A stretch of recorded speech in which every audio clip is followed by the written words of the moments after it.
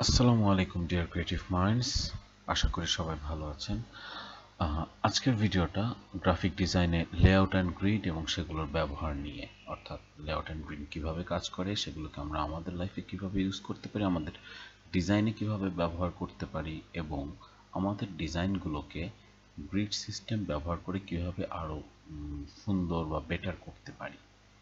So আমরা আমাদের Facebook গ্রুপে এবং ইউটিউব চ্যানেলে এটা নিয়ে এর আগে অনেকবার কথা বলেছি যে ডিজাইনের একটা বেসিক প্রিন্সিপাল হলো লেআউট অ্যান্ড গ্রিড। আমরা যদি লেআউট বা গ্রিড সিস্টেম না বুঝি তাহলে আমাদের পক্ষে বেটার ডিজাইন করা বা বোঝা বা একটা ডিজাইনকে ব্রেকডাউন করাটা অনেকটাই কঠিন হয়ে যাবে। So let's get on to the video.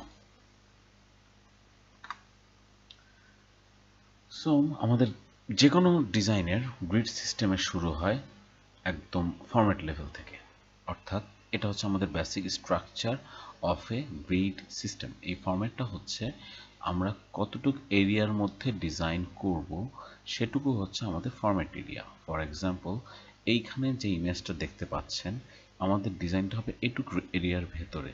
So এই ডিজাইনটা একটা ফ্লায়ার হতে পারে, ফেসবুক কভার হতে পারে, এই জাতীয় ব্যানারের ক্ষেত্রে ফিট করবে।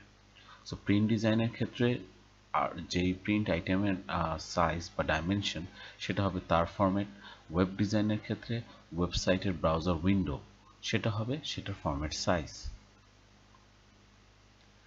এরপরে আসে মার্জিন, অর্থাৎ আমরা আমাদের মূল ডিজাইনের লাস্ট বর্ডার থেকে আমাদের ডিজাইন এরিয়াকে কতটুকু স্পেস দিচ্ছি, একটা নির্দিষ্ট ব্ল্যাঙ্ক হোয়াইট স্পেস দেওয়াকে মার্জিন বলছি। এখানে আমরা যে ব্লু এরিয়াটা দেখতে পাচ্ছি এটা এখানে মার্জিন এরিয়া। এই এরিয়াটা আমরা এখানে আলাদা করে রেখে দিচ্ছি যাতে করে এই জায়গাগুলোকে আমরা ব্ল্যাঙ্ক রাখতে পারি, অর্থাৎ এর ভিতরে কোনো ডিজাইন এলিমেন্ট যাবে না, যা কিছু যাবে এখানে। সো এই জায়গাটা একটা হোয়াইট স্পেস ফাঁকা থাকবে। নেক্সট এই জিনিসটাকে আমরা বলছি বেস লাইন। আমরা আই মিন ডিজাইনাররা এটা ক্রিয়েট করেছে যে বেস লাইনটা হচ্ছে আমরা আমাদের টোটাল ফরম্যাট বা গ্রিড এরিয়াটাকে ছোট ছোট লাইনে নির্দিষ্ট ডিস্টেন্সে ভাগ করে নিচ্ছি। কনসিডার এগুলো প্রত্যেকটা 1 পিক্সেল হাইট। সো এগুলো 1 পিক্সেল করে ডিস্টেন্সে আছে। অ্যাকচুয়ালি 1 পিক্সেল না, এটা 5 বা 10 পিক্সেলের মতো হবে, বাট ধরে নিন যেটা 1 পিক্সেল যদি হয় তাহলে প্রতিটা ব্লক 1 পিক্সেল স্কোয়ার, এবং এই বেসলাইনগুলোর উপর ভিত্তি করে ডিজাইন ক্রিয়েট হতে পারে। সেটা কিভাবে হবে ভিডিওটা পুরোটা দেখলেই বুঝতে পারবেন যে এই ডিজাইন গ্রিডগুলোকে আমরা কিভাবে ব্যবহার করব। সো এটা হচ্ছে কলাম সিস্টেম, অর্থাৎ আমরা আমাদের যে ফরম্যাটটা নিলাম সেটাকে কলামে ভাগ করে নিলাম। লম্বা লম্বা এই বারগুলোকে নিয়ে আমরা একটা কলাম ফরম্যাট দাঁড় করালাম যেখানে আমরা ডিজাইনগুলোকে সাজাবো। এরপরে আসছে এটা রো সিস্টেম, অর্থাৎ পাশাপাশি যে লাইনগুলো আমরা ক্রিয়েট করব টোটাল ডিজাইন সেক্টরটাকে যে মডেলগুলোতে ভাগ করব সেগুলোকে যদি পাশাপাশি সাজাই তাহলে রো সিস্টেম দাঁড় হচ্ছে। একটা গ্রিড সিস্টেমের টোটাল ফরম্যাটের মাঝখানের এই ছোট ছোট ব্লকগুলোকে আমরা মডিউল বলি, অর্থাৎ পাশাপাশি অনেকগুলো মডিউল মিলে একটা রো হবে, উপর থেকে নিচে এক একটা মডিউল মিলে একটা কলাম তৈরি করবে। স্প্যাশিয়াল জোন হচ্ছে এরিয়াটা, ডিজাইন এরিয়া, অর্থাৎ আমি যদি এই এরিয়াটাতে কোনো একটা কাজে ইউজ করতে চাই, অন্য কোনো জিনিস থাকবে এখানে। ওয়েবের ক্ষেত্রে এখানে বাটন বা কোনো ফাংশনালিটি মেনু এগুলো থাকতে পারে বা ইমেজ যেতে পারে, আর আমি এই সাইটটার জন্য আমার টেক্সট রাখলাম। সো একই ডিজাইনের দুইটা স্পেশাল জোনও হতে পারে, এটা একটা, আবার এখান থেকে ক্রিয়েট করে এই জোনটা আরেকটা স্পেশাল জোন হতে পারে।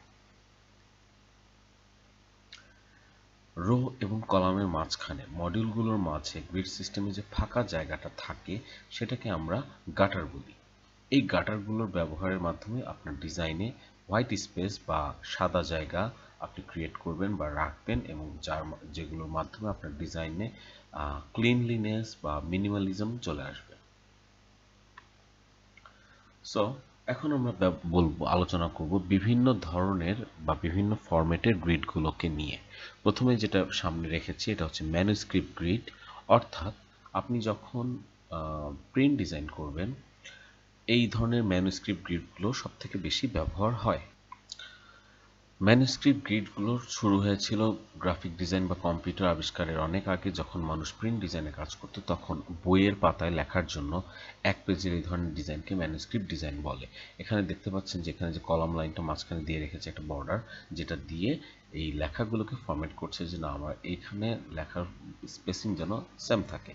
এই জায়গাটা স্পেস সাদা রাখার কারণ বই প্রিন্ট করার পর বইগুলো নষ্ট হতে পারে, পেজগুলো কাটা লাগতে পারে কিছুদিন পর পর, যারা বই বাইন্ডিং করে সেখানে দেখবেন। সেই জন্য এখানে একটা 1 ইঞ্চির মতো গ্যাপ রাখা হতো। সো এই ধরনের স্ক্রিপ্টকে শুধু টেক্সট থাকবে এরকম জায়গাকে প্রিন্ট ডিজাইনের ক্ষেত্রে ম্যানুস্ক্রিপ্ট ডিজাইন বলে, যেগুলো ওয়েবের ক্ষেত্রে ব্যবহার করা যায় কিন্তু সেটা ওল্ড স্টাইল, এখন কেউ করে না।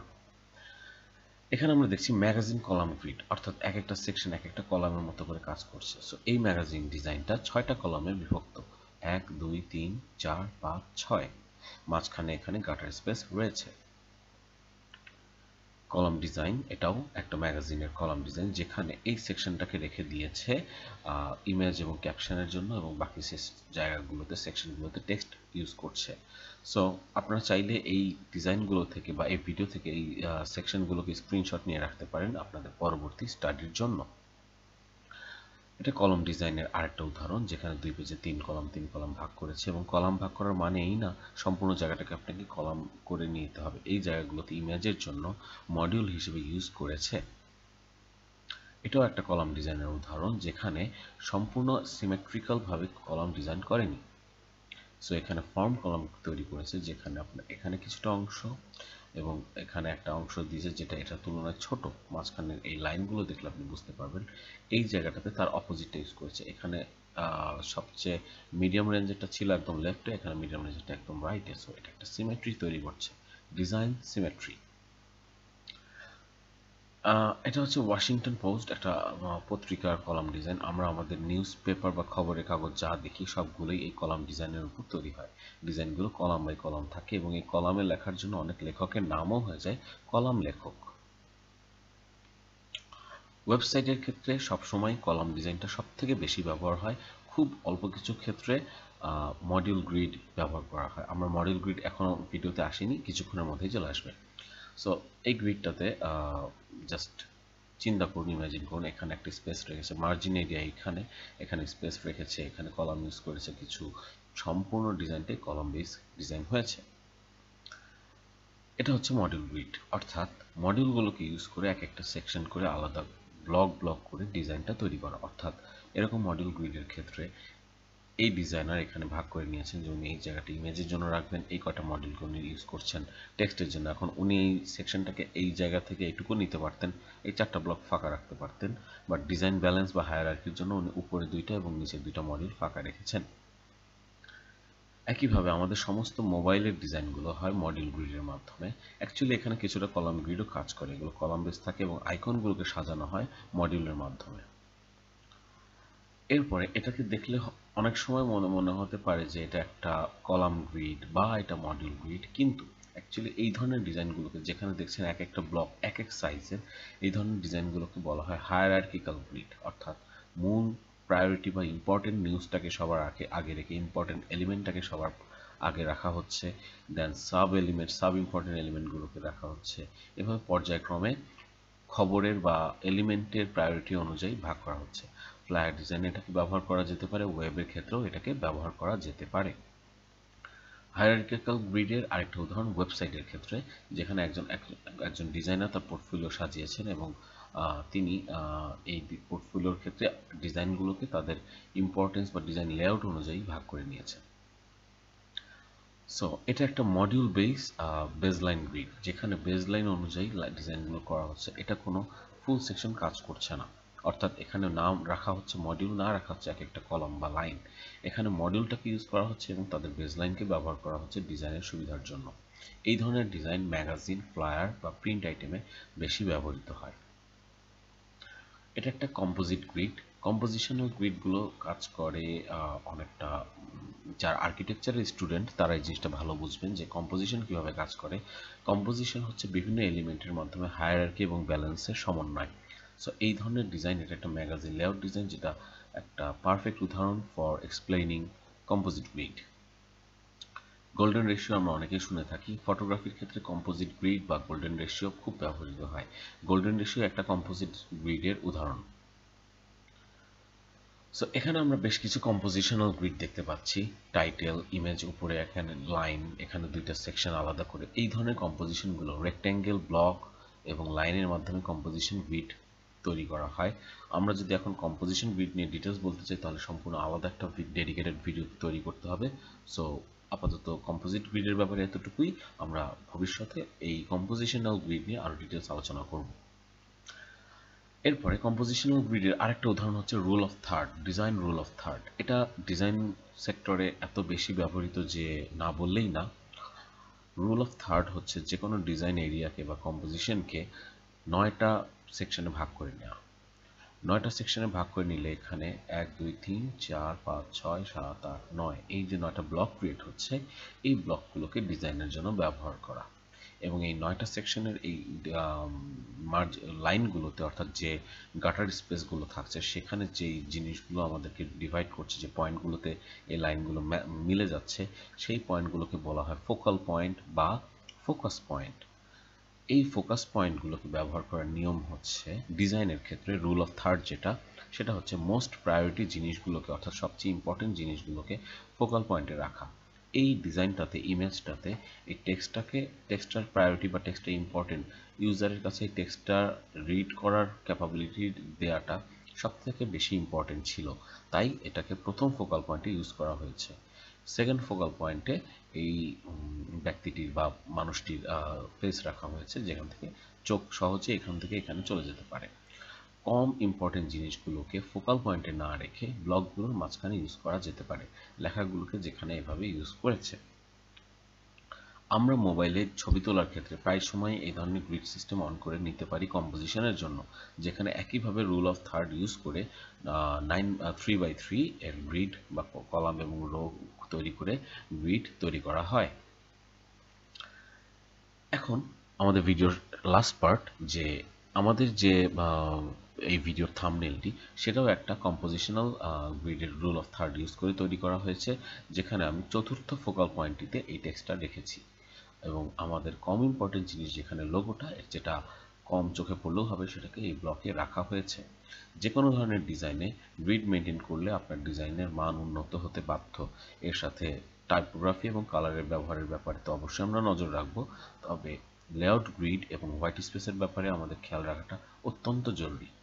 আজকের ভিডিও এই পর্যন্তই। সবাইকে ধন্যবাদ, এবং আপনাদের মধ্যে যারা এখনও আমাদের গ্রুপে জয়েন করেননি তারা অবশ্যই ফ্রিল্যান্স ক্যারিয়ার হাব বাংলাদেশ গ্রুপটিতে জয়েন করবেন। আর যারা জয়েন করেছেন অলরেডি, তারা যদি আমাদের গ্রুপের সমস্ত ডিজাইন, বিজনেস এবং গ্রাফিক ডিজাইন রিলেটেড আর্টিকেলগুলো পড়তে চান বা পড়েননি, তারা অবশ্যই গ্রুপের টপিক সেকশনে গিয়ে টপিকগুলো বেছে নিতে পারবেন, অথবা আমাদের গ্রুপের ফাইল সেকশনে গেলেও সেই জিনিসগুলো দেখতে পারবেন। আপনাদের সুবিধার জন্য এখন আমি আমাদের ফেসবুক পেজটা এবং সেখান থেকে টপিক খুঁজে বের করাটা দেখিয়ে দিচ্ছি।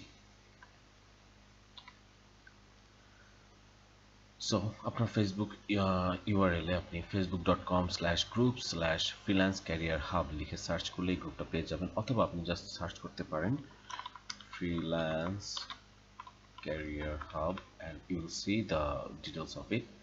So ফ্রিল্যান্স ক্যারিয়ার হাব গ্রুপটাতে আমরা মেইনলি কথা বলি গ্রাফিক ডিজাইন, ফ্রিল্যান্স এবং শুধু graphic design, web UI design, সব ধরনের ফ্রিল্যান্সিং ক্যাটাগরি নিয়ে, এগুলোর বিজনেস, এগুলোর গ্রোথ লেভেল নিয়ে আমরা আলোচনা করি। সো আপনি গ্রুপে যদি ডেস্কটপ থেকে ভিজিট করেন, তাহলে গ্রুপে গিয়ে আপনি এই ফাইল সেকশনটা চেক করতে পারেন। ফাইল সেকশনে গেলে বেশ কিছু আপনি টপিক পেয়ে যাবেন যেগুলো খুব ইম্পর্টেন্ট, যেখানে রয়েছে কিভাবে পেমেন্ট নেবেন বা প্রজেক্ট ট্র্যাক করবেন, গ্রাফিক ডিজাইনের সিলেবাস, অর্থাৎ আপনি যদি নিজে গ্রাফিক ডিজাইন শিখতে চান তাহলে সেক্ষেত্রে কীভাবে শিখবেন, কী ধরনের সিলেবাস ফলো করবেন, গ্রাফিক ডিজাইনের স্কিল বা ফ্রিল্যান্সিং স্কিল কীভাবে বাড়াবেন, গ্রাফিক ডিজাইন আপনার জন্য ঠিক পেশা কিনা এটা চুজ করবেন কিভাবে, ডিজাইনের কিছু বেসিক প্রিন্সিপাল ইত্যাদি আরও অনেক কিছু আছে, এটা রয়েছে আমাদের এই ফাইল সেকশনে। এছাড়াও আপনি ডিসকাশন সেকশন থেকে টপিক বেছে নিতে পারেন। এখানে বেশ কয়েকটা টপিক রয়েছে, design tips, marketing tips, business guide. Marketing টিপসের যে ধরনের টিপস রয়েছে সেটা আমার মনে হয় বাংলাতে এই প্রথম কিছু এক্সক্লুসিভ টিপস আমরা আনার চেষ্টা করছি। দুঃখিত আমার জ্যাবারিং কথার জন্য। সো আমার মনে হয় যে এই টিপসগুলো সবার জন্য খুবই কার্যকর হবে, এক্সক্লুসিভ আপনাদের বিজনেসকে বা আপনাদের ফ্রিল্যান্স ক্যারিয়ারকে সামনে আগানোর জন্য। আপনারা যারা এখনও আমাদের ফেসবুক গ্রুপে জয়েন করেননি তারা গ্রুপে জয়েন করবেন, এবং যারা ইউটিউব চ্যানেলটি সাবস্ক্রাইব করবেননি তারা অবশ্যই সাবস্ক্রাইব করবেন। আপনাদের সবাইকে অনেক ধন্যবাদ। Thank you so much. Allah হাফেজ।